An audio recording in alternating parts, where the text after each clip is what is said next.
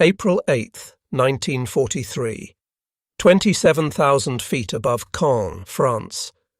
The oxygen mask couldn't hide Oberleutnant Rolf Hermiken's smirk as he watched the ungainly silhouettes climbing laboriously toward his formation. Through the crystal-clear canopy of his Focke-Wulf 190A5, the veteran ace of Jagdgeschwader 26 studied the American fighters making their combat debut over occupied Europe. "Die armies have sent us flying milk bottles," he transmitted to his wingman, unable to suppress his laughter at the sight of the massive Republic P-47 Thunderbolts struggling for altitude. Below them, 16 P-47C, Thunderbolts of the 4th Fighter Group lumbered upward in tight formation, their 2,000 horsepower Pratt and Whitney R 2800 double Wasp engines straining against their 7-ton weight. To German pilots accustomed to the sleek Spitfires and nimble Soviet fighters, these corpulent American machines appeared almost comical. Barrel-shaped fuselages topped with greenhouse canopies, wings that seemed too small for their massive bodies, propellers that dwarfed anything in the Luftwaffe inventory. What Hermiken didn't know, what none of the German pilots circling like wolves above could have imagined, was that they were witnessing the arrival of the weapon that would systematically destroy the Luftwaffe's fighter arm. Within 18 months, these flying milk bottles would transform from objects of derision into instruments of terror, their 8 AN/M2 Browning machine guns becoming the most feared sound in German skies. The mathematics of destruction were already loaded in those broad wings. 3,400 rounds of ammunition, a combined rate of fire of 6,000 rounds per minute, enough concentrated firepower to saw a Messerschmitt in half in less than 2 seconds. The transformation began that April morning when Major Donald Blakesley, commanding the 335th Fighter Squadron, spotted the German formation positioning for attack. The former Eagle Squadron veteran, who had transferred from RAF Spitfires just weeks earlier, understood what his men didn't yet know, that survival in the P-47 required abandoning everything they thought they knew about air combat. The Thunderbolt represented a radical departure from conventional fighter design philosophy. While the Germans had pursued lightweight interceptors optimized for climb and turn performance, Republic Aviation had created something unprecedented, a high-altitude juggernaut that used mass, power and firepower to redefine the rules of aerial warfare. Among the 56 American pilots spread across the French sky that morning were men who would become legends, future aces whose names would strike fear into Luftwaffe hearts. But on April 8, 1943, they were novices in an untested machine, facing the most experienced fighter force in the world. The Germans had been fighting continuously since 1939, with veterans of Poland, France, Britain and Russia. The Americans had been in combat for exactly 0 days. This story is about how industrial logic defeated tactical brilliance, how quantity and quality merged into overwhelming superiority, and how German pilots' laughter turned to terror as they discovered what synchronized Browning machine guns could do to an aircraft at 400 yards. The Republic P-47 Thunderbolt had emerged from a June 1940 panic. As German fighters swept across France, Alexander Kartveli, Republic Aviation's Georgian-born chief designer, received urgent specifications from the US Army Air Corps. They wanted a high-altitude interceptor capable of matching the Luftwaffe's best. What Kartveli designed instead was a monster that redefined the possible. "It will be a dinosaur," Kartveli admitted to his design team, "but it will be a dinosaur with good proportions."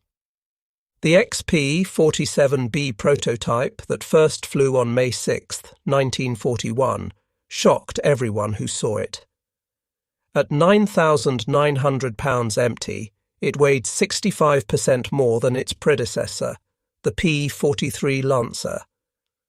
The massive turbo-supercharger system, with its complex ducting running through the rear fuselage, gave it an almost pregnant appearance. Test pilots approaching it for the first time invariably asked the same question. This thing actually flies. Not only did it fly, it flew like nothing else at altitude. The Pratt & Whitney R2800 double Wasp engine, an 18-cylinder radial producing 2,000 horsepower, could maintain full power at 27,000 feet, where German fighters gasped for air. The turbo-supercharger, fed by exhaust gases, delivered sea-level performance in the stratosphere, where the air was too thin for conventional superchargers. Major Hubert Hub Zemke, commanding the 56th Fighter Group training at Bridgeport, Connecticut, initially despised the aircraft. His unit lost 18 pilots and 41 aircraft in training accidents between September 1942 and January 1943. The P-47 killed more Americans in training than Germans would in the first months of combat. It ground-looped on landing, torque-rolled on takeoff, and dove with such enthusiasm that pilots discovered compressibility, their controls freezing as shock waves formed on the wings. But those who mastered it discovered something extraordinary. Lieutenant Robert Johnson, a farm boy from Oklahoma who would become one of America's top aces with 27 victories, described his first flight. It was like strapping yourself to a locomotive. The power was unbelievable. You didn't fly it, you aimed it. The first combat encounters in April and May 1943 confirmed every German prejudice. The P-47s couldn't turn with the Focke-Wulf 190s, couldn't climb with the Messerschmitt 109s, couldn't match their nimble handling at medium altitudes. Luftwaffe pilots quickly developed tactics to exploit these weaknesses, attacking from below where the heavy Thunderbolts struggled, forcing turning fights where agility mattered more than firepower. Hauptmann Josef Pips Priller, commanding officer of Jagdgeschwader 26, reported to headquarters after his first encounter. The new American fighter is meat for the slaughter. It flies like a truck, turns like a freight train, and climbs like a pregnant cow. Our boys are calling them Indianer, fat targets pretending to be warriors. The statistics seem to confirm German confidence. In their first month of operations, the American fighter groups lost 14 Thunderbolts for only 3 confirmed German kills. The RAF, observing from their Spitfire squadrons, quietly suggested the Americans might reconsider their choice of mount. British pilots joked that the best evasive manoeuvre in a P-47 was to unstrap and run around the roomy cockpit. But something strange was happening in those early encounters that German intelligence failed to notice. The P-47s that were shot down had absorbed incredible punishment before falling. One aircraft returned from a May 4th mission with 21 cannon holes and over 100 machine gun strikes, damage that would have disintegrated a Messerschmitt or Spitfire. The massive radial engine, lacking vulnerable coolant systems, shrugged off hits that would have stopped a liquid-cooled fighter cold. More significantly, when P-47s did get their guns on target, the results were catastrophic. The Thunderbolt's weapons battery created a convergence zone of destruction that German pilots had never experienced. Unlike the rifle-caliber weapons of early warfighters or the cannon with limited ammunition, the American fighter could maintain sustained fire for over 30 seconds, an eternity in aerial combat. The event that would begin changing German perceptions occurred on June 26, 1943, over Forges-les-Eaux, France. It involved Second Lieutenant Robert S. Johnson of the 61st Fighter Squadron and an encounter that would become legendary on both sides of the conflict. Johnson's formation of 48 P-47s was returning from escort duty when they were bounced by 16 Focke-Wulf 190s from 2/Jagdgeschwader 26, led by Hauptmann Wilhelm Ferdinand Galland, younger brother of the famous Adolf Galland. The Germans executed a perfect attack, diving from the sun with overwhelming speed advantage. Johnson's Thunderbolt, flying at the rear of the formation, was caught in the crossfire of multiple attackers, taking catastrophic damage in the first seconds of combat. 21 20mm cannon shells exploded across his aircraft. The canopy shattered, hydraulic fluid sprayed into the cockpit, the engine cowling was torn away, and fire erupted behind the instrument panel. Johnson, wounded in the nose and leg by shrapnel and bullet fragments, tried to bail out, but discovered the canopy was jammed. A 20mm shell had exploded in the canopy track, welding it shut. He was trapped in a dying aircraft at 27,000 feet. What happened next defied every assumption about combat damage tolerance. Despite having no forward visibility through the oil-covered windscreen, a barely functioning engine that shook violently, and controls that responded only intermittently, Johnson managed to level the aircraft and point it toward England. The P-47 continued flying with damage that would have reduced any other fighter to falling debris. Then it got worse. A lone Focke-Wulf 190, flown by an unknown pilot from 2/JG-26, discovered the crippled Thunderbolt limping toward the channel at less than 170 miles per hour. Historical research has never definitively identified this pilot, though several names have been proposed based on German combat reports from that day. What followed was one of the most extraordinary encounters in aerial warfare history. The German pilot positioned himself behind Johnson's P-47 and opened fire with his 4 20mm cannon and 2 13mm machine guns. Johnson, unable to evade, could only huddle behind his armour plate and pray. The Thunderbolt absorbed the entire cannon ammunition load. Then the German repositioned and fired again, this time with only his machine guns, the cannon ammunition exhausted. The German pilot pulled alongside, staring in disbelief at the flying wreck. Johnson could see his face clearly, young, blonde, his expression shifting from confidence to confusion to something approaching fear. The German repositioned and emptied his remaining machine gun ammunition into the Thunderbolt. Still, it flew.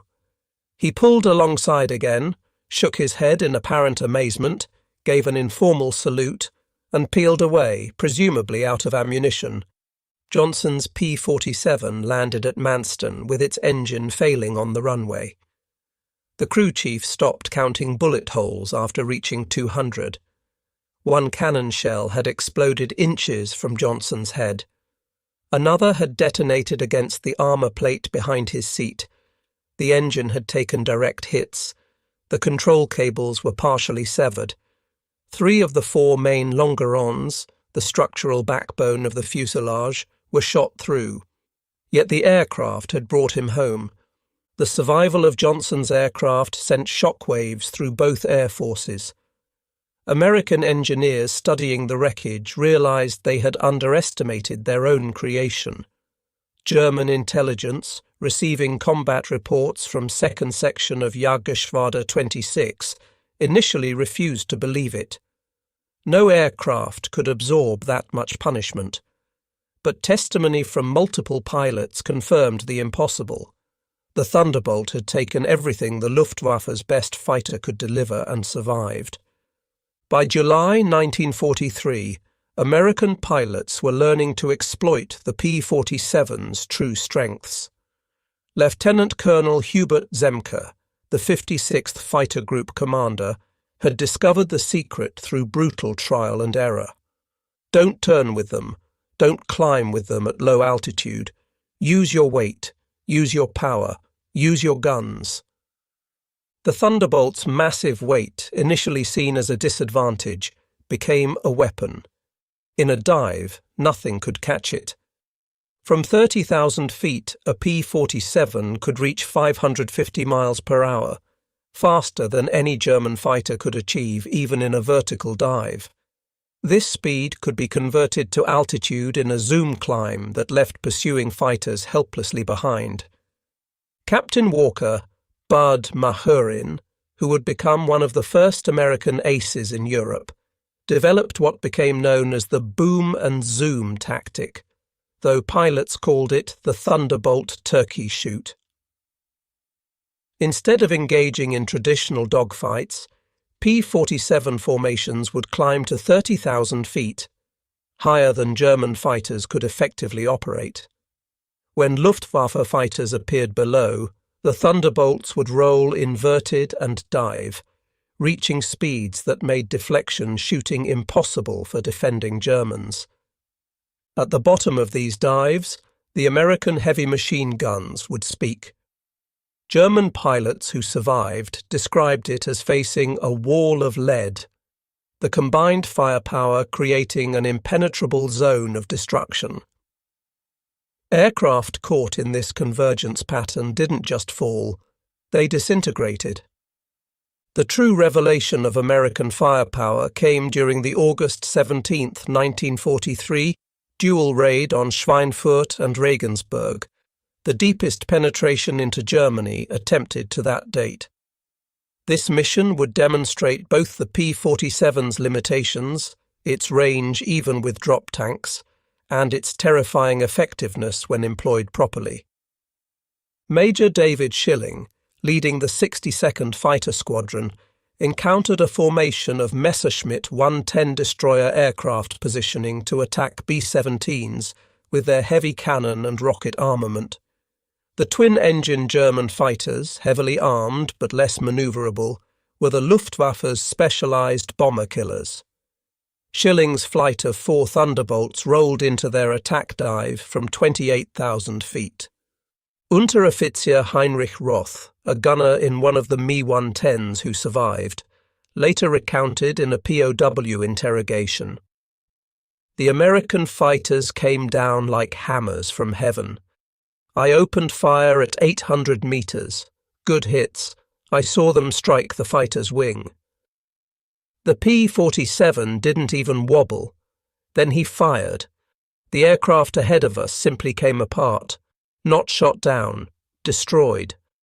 Wings separated from fuselage, tail severed, the crew compartment shredded into metal confetti. In 2 seconds, a 110 became nothing. 8. Messerschmitt 100s and 10s were destroyed in less than a minute. The German pilots had never experienced such concentrated firepower. Each P-47 carried 425 rounds per gun, 3,400 rounds total, weighing nearly 900 pounds. At convergence distance, typically set at 300 yards, all 8 guns' ballistic paths intersected in a zone roughly 6 feet in diameter. Anything in that zone faced 100 half-inch projectiles per second, each travelling at 2,900 feet per second. The ammunition itself was a revelation of American industrial capacity. While German fighters struggled with limited cannon ammunition, typically 120 to 200 rounds for a 20mm weapon, American pilots could maintain fire for over half a minute. The standard combat load mixed armour-piercing incendiary, armour-piercing incendiary tracer, and standard ball ammunition in patterns designed to both destroy and ignite. Lieutenant Colonel Francis Gabby Gabreski, who would become the top American ace in Europe with 28 victories, described the effect. When you hit them with all 8, they don't just go down, they explode. I saw a 109 literally cut in half, the tail falling one way, the nose and wings another. The pilot never knew what hit him. By September 1943, the Luftwaffe was discovering another horrifying reality about the P-47. Its performance improved dramatically with altitude while German fighters suffered. The turbo-supercharged double Wasp engine maintained its rated power output up to 30,000 feet. German fighters, relying on single-stage or two-stage mechanical superchargers, saw their performance degrade significantly above 25,000 feet. Oberleutnant Hans Philipp, one of Germany's most successful aces with 206 victories, encountered this reality fatally on October 8, 1943. Leading Jagdgeschwader 1 against a B-17 formation at 28,000 feet over Bremen, Philipp found his Focke-Wulf 190A6 sluggish and unresponsive in the thin air. The BMW 801 engine, powerful at medium altitudes, was gasping for oxygen nearly 6 miles above the Earth. When P-47s of the 56th Fighter Group dove on his formation from 32,000 feet, the German fighters were sitting ducks. Robert Johnson, now an experienced combat pilot on his way to ace status, was flying at 31,000 feet when he spotted Philipp's distinctive Focke-Wulf with its elaborate nose art. Johnson's combat report was clinical. Opened fire at 300 yards, 30-degree deflection. Observed strikes along entire fuselage. Enemy aircraft exploded. No parachute observed. Philipp's death sent shockwaves through the Luftwaffe. If one of their best, a man who had survived over 500 combat missions on both eastern and western fronts, couldn't survive against the Thunderbolts, what chance did average pilots have? The German High Command ordered an immediate investigation into the P-47's capabilities. The report, delivered to Reichsmarschall Hermann Göring in November 1943, was sobering. The Thunderbolt's service ceiling exceeded 42,000 feet, higher than any German fighter could reach. Its dive speed approached the sound barrier. Its armour included a 3/8-inch steel plate behind the pilot, 1/2-inch bulletproof glass windscreen, and armoured deflection plates around the engine. Most disturbingly, its rugged construction allowed it to absorb damage that would destroy 3 conventional fighters and still return home. In January 1944, a new variant of the P-47 began arriving in England that would complete the transformation from laughingstock to nightmare. The P-47 D-22 featured a Hamilton standard hydromatic propeller with paddle blades, 13 feet in diameter with broad chord blades that bit into the air like massive oars. The improvement in climb rate was immediate and dramatic. Where earlier Thunderbolts had climbed at an anemic 2,200 feet per minute at sea level, the paddle blade variants could achieve 3,000 feet per minute, matching or exceeding German fighters at most altitudes. The massive propeller also improved acceleration, allowing P-47s to build energy faster in level flight. Hauptmann Heinz Knoke of Jagdgeschwader 11, a veteran with over 200 combat missions, encountered the new variants in February 1944 during a bomber interception near Hanover. He wrote in his combat diary, "The fat American fighters have learned to climb." We bounced a formation near Hanover, expecting our usual advantage. They turned into us and climbed with us. When we tried to disengage, they followed us up to 30,000 feet. Schmidt was caught and blown apart. Nothing left but smoke and fragments. These are not the same machines we laughed at last year. The paddle blade propeller did more than improve performance. It changed the sound of the Thunderbolt. The distinctive thundering roar created by the blade tips reaching supersonic speeds could be heard from miles away. German ground troops reported being able to identify approaching P-47s by sound alone, a deep, threatening rumble that meant death from above. They began calling it Donnerschlag, thunderclap. By March 1944, P-47s equipped with external fuel tanks could escort bombers deep into Germany. The standard configuration carried two 108-gallon wing tanks, or a 75-gallon belly tank, extending range to over 1,000 miles. With the paddle blade propeller providing improved performance even when loaded, Thunderbolts could fight on equal terms immediately after dropping tanks. The Luftwaffe's response was to concentrate on the bombers, hoping to inflict enough losses to stop the American daylight campaign. But this required flying through the P-47 escort screen, an increasingly suicidal proposition. German pilots developed a grudging respect that bordered on fear for the big American fighters. Major Günther Rahl, one of Germany's top aces with 275 victories, mostly on the Eastern Front, survived an encounter with P-47s on March 6, 1944, that left him badly wounded. He later recalled in a post-war interview, "We saw them above us, fat silhouettes against the sun. Someone laughed and said, 'Here come the flying pigs.' Nobody was laughing 30 seconds later. They came down like an avalanche, faster than we could react. The first pass destroyed 3 of our fighters, just gone, transformed into burning debris. Their guns didn't fire in bursts like ours. They poured out solid streams of fire. Getting caught in that stream meant instant death." The escort missions revealed another P-47 advantage: endurance. While German fighters operated at maximum power settings that consumed fuel rapidly, the big American radials could cruise efficiently at high altitude. Thunderbolts could remain with the bombers for hours, rotating top cover while maintaining enough fuel for combat and return. As more P-51 Mustangs arrived to take over long-range escort duties in spring 1944, P-47 units increasingly focused on ground attack, a role that would make them the most feared aircraft in the German arsenal. The transition began in earnest in April 1944, as the Allies prepared for the invasion of France. The Thunderbolt's heavy machine gun battery proved equally effective against ground targets.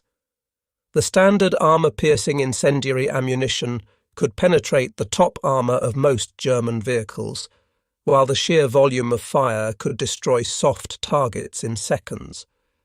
A 2-second burst put 160 half-inch projectiles into a target area the size of a truck. But it was the addition of bombs and rockets that transformed the P-47 into a true multi-role monster.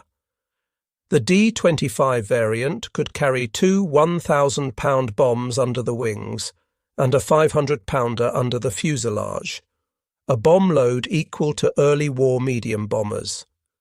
Later variants added zero-length rocket stubs for 10 5-inch high-velocity aircraft rockets, HVARs, each equivalent to a 105mm artillery shell. Oberst Hans von Luck, commanding the 125th Panzergrenadier Regiment during the Normandy campaign, experienced P-47 ground attacks firsthand. They came in low, so low you could see the pilots' faces. The sound was terrifying, engines roaring, rockets screaming, then the hammer of those heavy machine guns. A column of our trucks simply ceased to exist. 20 vehicles transformed into burning wreckage in one pass. The psychological effect on the men was devastating. They called them Jabos, fighter bombers, but these were something beyond that. They were flying artillery with the accuracy of snipers. On June 6, 1944, the Luftwaffe discovered how completely the balance of power had shifted. Over 500 P-47s provided air cover for the invasion, creating an impenetrable umbrella over the beaches. German fighters attempting to reach the landing zones were massacred. Oberleutnant Wolfgang Fischer of Jagdgeschwader, one of only 3 German pilots to reach the beaches that day, reported, "The sky belonged to the Americans. Thunderbolts were stacked from sea level to 30,000 feet. We tried to break through at dawn. 12 fighters from our Gruppe. I was the only one to return. The P-47s were waiting at every altitude. You couldn't climb over them, couldn't dive under them. Their guns turned our fighters into aluminum rain. In the weeks following D-Day, P-47s systematically destroyed German movement in daylight. The statistics were staggering. In June alone, 9th Air Force Thunderbolts claimed 651 locomotives, 3,847 trucks, 512 tanks and armoured vehicles, and 4,553 horse-drawn vehicles destroyed. The Wehrmacht was forced to move only at night, severely hampering their ability to respond to Allied advances. The Germans tried everything to counter the Thunderbolt threat.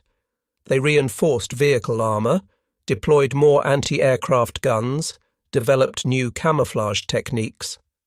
Nothing worked. The P-47's combination of speed, armour and firepower made them nearly unstoppable. Even the feared 88mm flak guns struggled to track the fast-moving fighters at low altitude. While devastating Europe, the P-47 was simultaneously proving its worth in the Pacific theatre. The 348th Fighter Group, operating from New Guinea, discovered that the Thunderbolt's qualities were perfectly suited to the vast distances and harsh conditions of the Pacific War. Colonel Neil Kirby, commanding the 348th, developed tactics specifically for the Pacific. On October 11, 1943, Kirby led 4 P-47s against 40 Japanese aircraft over WWII, shooting down 6 enemy planes himself in a single mission, earning him the Medal of Honor. The Japanese, accustomed to fighting nimble but fragile American fighters, were unprepared for the P-47's combination of firepower and durability. Japanese ace Saburo Sakai, who encountered P-47s over New Guinea, later wrote, "We called them monsters. Our 20mm cannon, which could destroy a P-40 with a few hits, seemed to have no effect.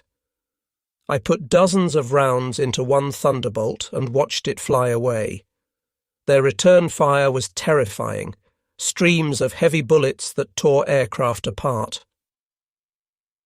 The P-47N, developed specifically for the Pacific, featured increased fuel capacity with wet wings holding 93 gallons each, extending range to 2,350 miles. This variant would escort B-29s to Japan, proving that the short-legged fighter of 1943 had evolved into a true long-range weapon. Perhaps the ultimate vindication of the P-47's evolution came in its encounters with German jet fighters.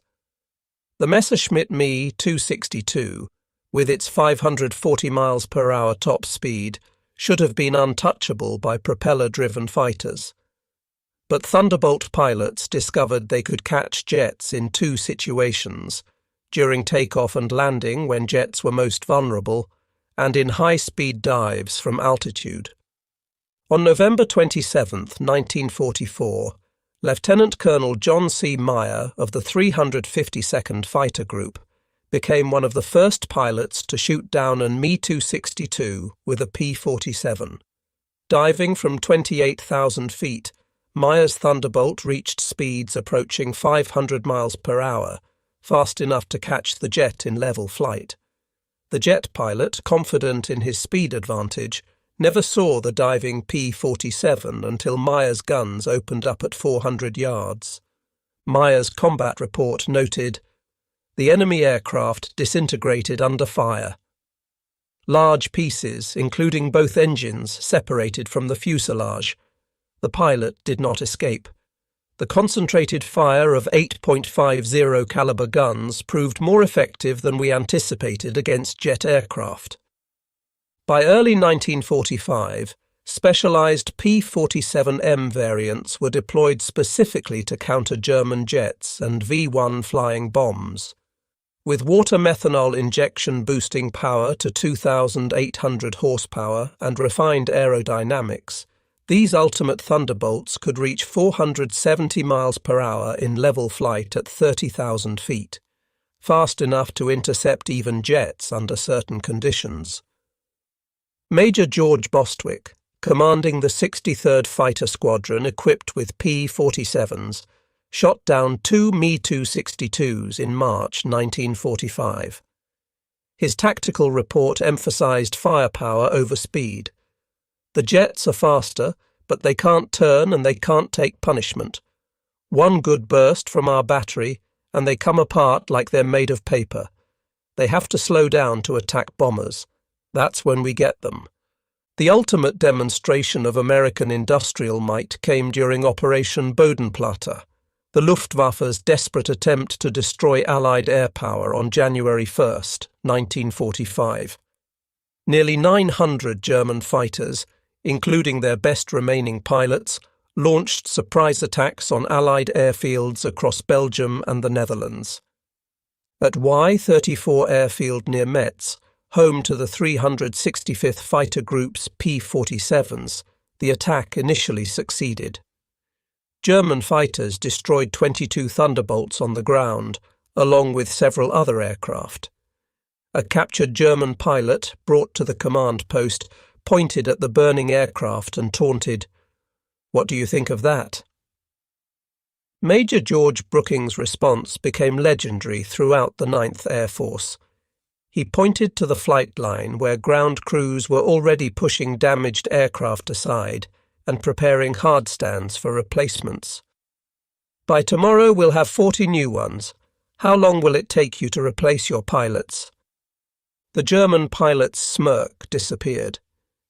Within 48 hours, factory-fresh P-47 D-40S filled the flight line, flown in from depots in England. The Luftwaffe lost 271 aircraft and 213 pilots in Bodenplatte, including many irreplaceable instructors and squadron leaders. These losses they could never replace. The Americans lost 134 aircraft total across all attacked airfields, all replaced within a week. The numbers told the story of inevitable defeat. Republic Aviation produced 15,683 P-47s during the war, more than any other American fighter. At peak production, the Farmingdale factory on Long Island completed 1 Thunderbolt every hour around the clock. The Evansville plant in Indiana, built from empty farmland in 1942, was producing 500 aircraft per month by 1944. Each P-47D required 65,000 individual parts, 8 miles of electrical wiring, 2,000 pounds of aluminum, and 300 pounds of rubber. The engine alone contained 2,400 individual components machined to tolerances of thousandths of an inch. Yet American workers, many of them women who had never seen an aircraft before Pearl Harbor, assembled these complex machines with precision that exceeded peacetime standards. The ammunition production was equally staggering. Each P-47 sortie required 3,400 rounds of .50 caliber ammunition. With hundreds of Thunderbolts flying daily missions, ammunition consumption exceeded 10 million rounds per month by mid-1944. The Lake City Arsenal in Missouri, one of several ammunition plants, produced 30 million rounds monthly. Each cartridge was manufactured to tolerances measured in 10,000ths of an inch, ensuring reliable feeding through the synchronized gun mechanisms. The fuel consumption was enormous. Each Thunderbolt burned 100 gallons per hour in normal flight, up to 300 gallons per hour in combat with water injection engaged. The 9th Air Force alone consumed over 25 million gallons of aviation fuel monthly by late 1944, all of it shipped across the Atlantic in tankers that were themselves products of American mass production. Even more impressive than aircraft production was pilot training. By 1944, the United States was graduating 30,000 pilots annually from advanced training, more than Germany had trained in the entire war. Each P-47 pilot received a minimum of 400 hours of flight training before entering combat, including 100 hours in advanced fighters.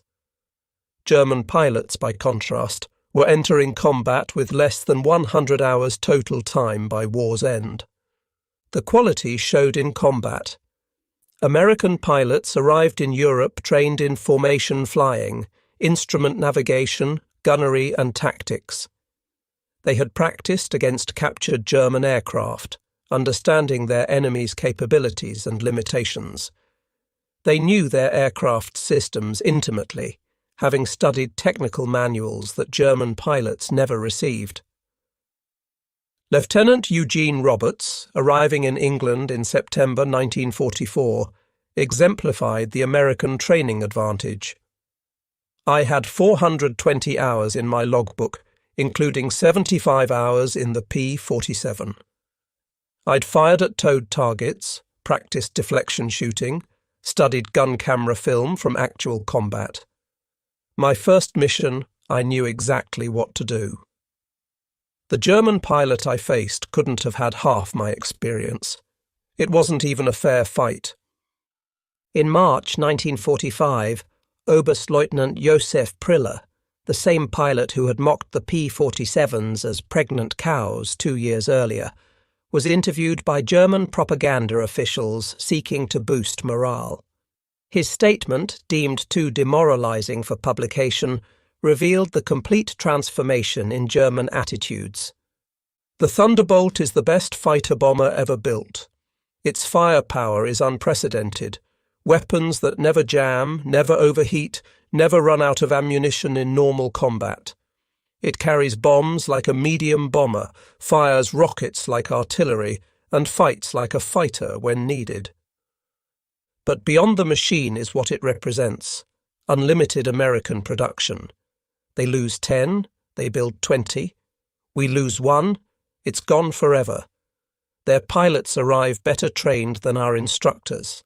They have fuel for training, ammunition for practice, spare parts for everything.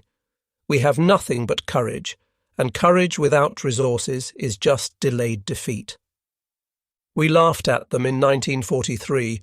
We're not laughing now. When you hear those guns, you know death has come calling. The sound haunts us, mechanical, precise, unstoppable. Like everything American, it's about overwhelming material superiority.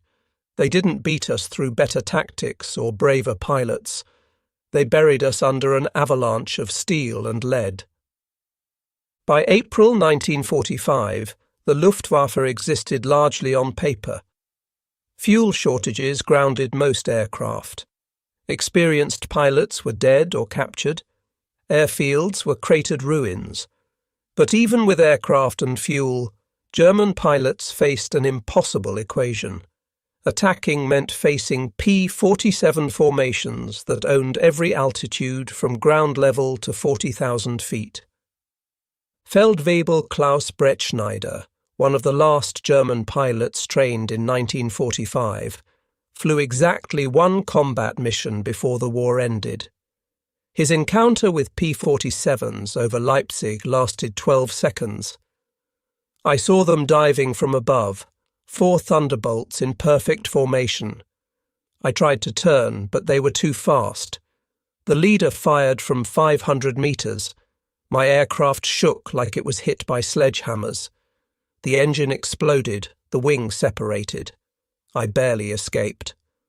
In the parachute, I watched them destroy my entire staffel. 6 fighters gone in under a minute. The sky rained burning aluminum and bodies. The psychological impact was complete. German pilots developed what medical officers called Jabo fever, physical symptoms of stress appearing when Thunderbolts were reported in the area. Veterans who had faced Spitfires and Hurricanes without fear became physically ill before missions against P-47s. The distinctive thunder of approaching Thunderbolts caused panic among ground troops. who knew that survival meant finding cover immediately. The final statistics of P-47 operations defied comprehension. In Europe, 3,752 German aircraft destroyed in aerial combat, 3,315 aircraft destroyed on the ground, 86,000 railway cars destroyed, 9,000 locomotives destroyed, 6,000 armoured fighting vehicles destroyed, 68,000 trucks destroyed, 60,000 horse-drawn vehicles destroyed. In the Pacific, 697 Japanese aircraft destroyed in aerial combat, 150 aircraft destroyed on the ground, 1,500 vehicles destroyed, 150 locomotives destroyed, countless barges, ships, and installations. The 9th Air Force alone, primarily equipped with P-47s, flew 213,873 combat sorties, dropped 120,000 tons of bombs, fired 135 million rounds of ammunition, and launched 60,000 rockets. The Thunderbolt units achieved a 4.6 to 1 kill ratio in aerial combat, while maintaining the lowest loss rate of any Allied fighter-bomber. Behind these numbers lay the human cost. The Luftwaffe lost approximately 28,000 pilots killed in combat against Western Allied forces. Many fell to the concentrated fire of American heavy machine guns. Each loss represented years of training that Germany could never replace. By war's end, the average German fighter pilot had less than 30 hours of combat experience. The average P-47 pilot had over 200.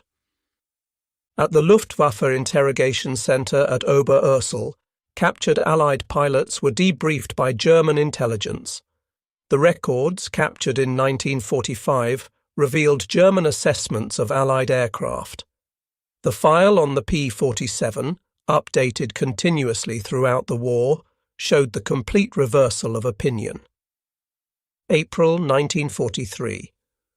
Large, unmaneuverable fighter, inferior to German types in all performance parameters except dive speed. Machine gun armament insufficient against cannon-armed fighters. Assessment: minimal threat. December 1943. Exceptional high-altitude performance. Extreme structural strength. Firepower increasingly problematic. Pilots showing improved tactics. Assessment: significant threat above 25,000 feet. June 1944. Dominant fighter bomber. Superior to all German types above 20,000 feet. Firepower devastating against all target types. Structural strength makes shoot-down extremely difficult. Assessment: critical threat at all altitudes. March 1945. Best fighter bomber of the war. Combination of firepower, durability, and performance unmatched. Pilot quality exceptional. Assessment: unsurvivable in direct engagement. In 1985, at a reunion of German and American fighter pilots in Phoenix, Arizona, former adversaries met in peace. General Lieutenant Adolf Galland, former head of the Luftwaffe fighter arm, was asked about the P-47. His response, recorded on video, captured the complete transformation. "We made a terrible mistake in 1943. We saw this big, heavy fighter and laughed. The Americans don't understand air combat, we said. They built a bomber and called it a fighter. We were the ones who didn't understand. The Americans didn't try to build a European fighter. They built an American one, designed around production, firepower, and survivability. They understood that in a war of attrition, the plane that could take punishment and deliver devastating firepower would win. They were right. The first time I flew a captured P-47 after the war, I understood everything. The power was incredible. It climbed like it was falling upward. The cockpit was comfortable, the visibility excellent, the controls precise. It was a pilot's aircraft wrapped in armour. But what really impressed me was realizing that America built over 15,000 of these complex machines while fighting a two-ocean war. Each one required an engine more complex than anything Germany produced, yet they built them faster than we could build simple fighters. That's when I knew we never had a chance. Those guns, we called them Roosevelt's piano because of the sound they made. Once you heard that sound, you never forgot it. Many of my friends heard it for the last time. The P-47 didn't just defeat the Luftwaffe, it destroyed it. The P-47's design represented American industrial philosophy perfectly, brute force engineering backed by unlimited resources. Every component was overbuilt, overpowered, and over-engineered. The wing spars could support 40,000 pounds, 3 times the aircraft's loaded weight. The engine mount could withstand 12 G-forces. The control cables were doubled throughout with automatic backup systems. The ammunition feed system alone was a marvel of engineering. 8 separate ammunition boxes, each holding 425 rounds, fed through electric boost motors to prevent jamming during high G maneuvers. The guns were electrically heated to prevent freezing at altitude. Each gun had its own charging mechanism and could be individually synchronized. The convergence was adjustable from 150 to 400 yards, allowing pilots to optimize for their preferred engagement range.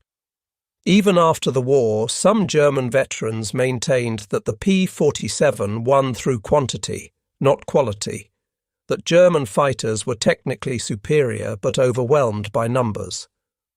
The combat records tell a different story. In engagements where numbers were equal, P-47s consistently prevailed. The heavy machine gun armament, dismissed as inferior to cannon, proved more effective in actual combat. Analysis of gun camera footage revealed why.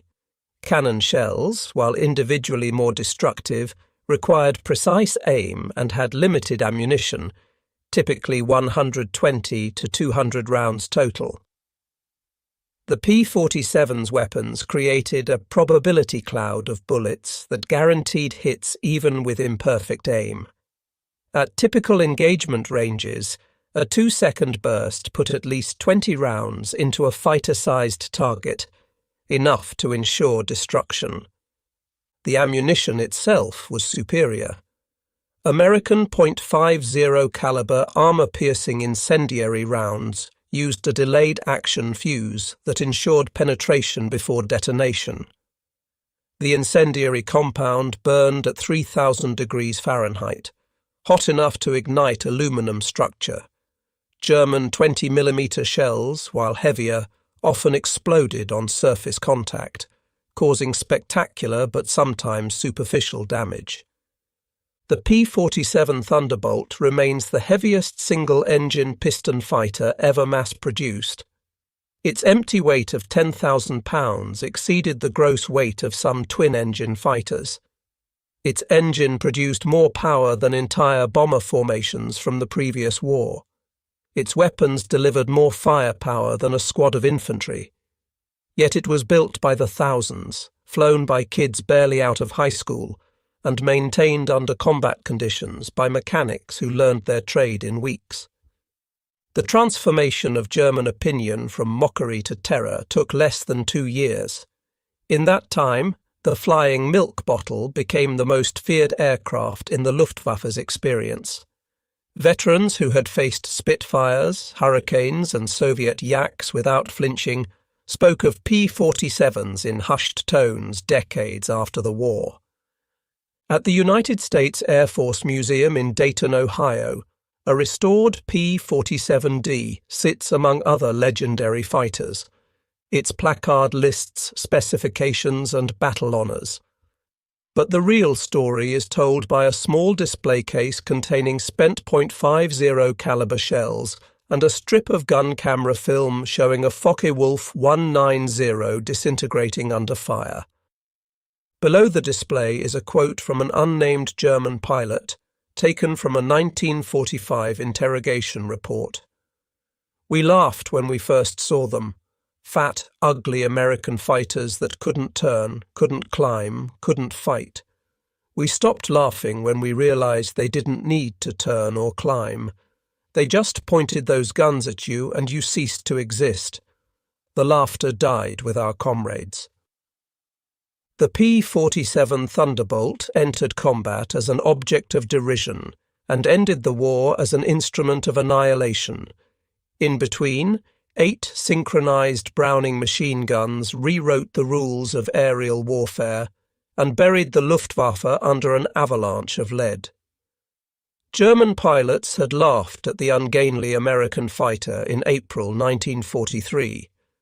By May 1945, there were no German pilots left to laugh. The thunder had spoken, and the sky belonged to America.